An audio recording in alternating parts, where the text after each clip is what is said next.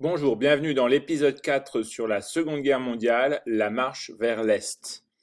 Un grand 1, déroulement et mondialisation de la Seconde Guerre mondiale, et un grand B, 1940-41, les forces de l'Axe rendent le conflit mondial. Et l'Axe qui se lance à la conquête de l'Afrique du Nord. Dès 1940, l'Italie vise l'Égypte. En effet, l'Égypte est un endroit, un pays stratégique, une colonie stratégique anglaise qui fait le lien entre la métropole et ses colonies de l'océan Indien, en particulier l'Inde. Prendre possession de l'Égypte, c'est couper la métropole de sa principale colonie. Mais l'Italie est en difficulté assez rapidement face aux Anglais et l'Allemagne et Hitler est obligé d'envoyer un corps expéditionnaire qu'on appelle l'Africa Corps dès 1941 pour venir en aide à son allié.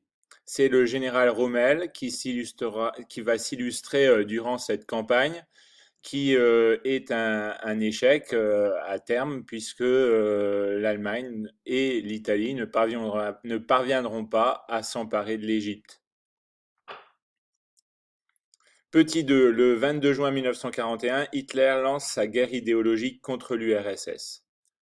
C'est ce qu'on appelle le plan Barbarossa. Pourquoi Hitler veut s'emparer et attaquer l'URSS de Staline? D'abord, pour des raisons stratégiques, se débarrasser d'un potentiel adversaire. En effet, Staline ne cache pas sa volonté d'attaquer l'ennemi idéologique que représente l'Allemagne nazie, pardon.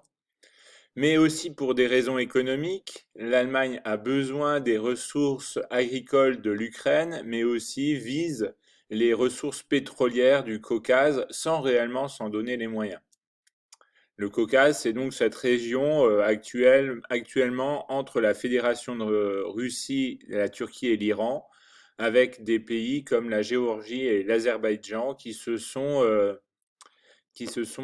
et l'Arménie, oui, qui se sont affrontés dans une période récente.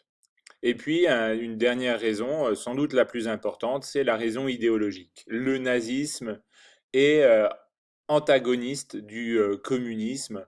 Ils ne peuvent coexister durablement sans que l'un tente de l'emporter sur l'autre. Comment le conflit devient-il progressivement mondial? C'est la question que vous devrez être capable de développer à l'issue de cette vidéo.